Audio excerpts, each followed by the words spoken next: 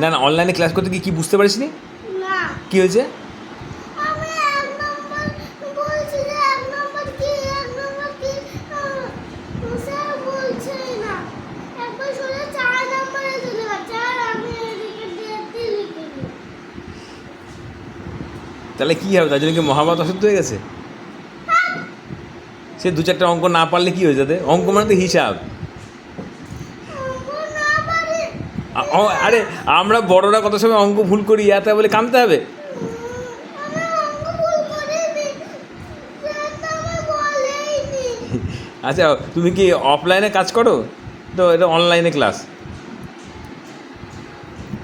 চুপ করবে? তাও তুমি কেঁদে ভাসিয়ে দেবা? তাহলে ক্লাস করতে হবে না। অনলাইনে ক্লাস করা মানে এই এই আবার মারে না আমাকে। অনলাইনে ক্লাস করা মানে মোবাইল নিয়ে বসে থাকা।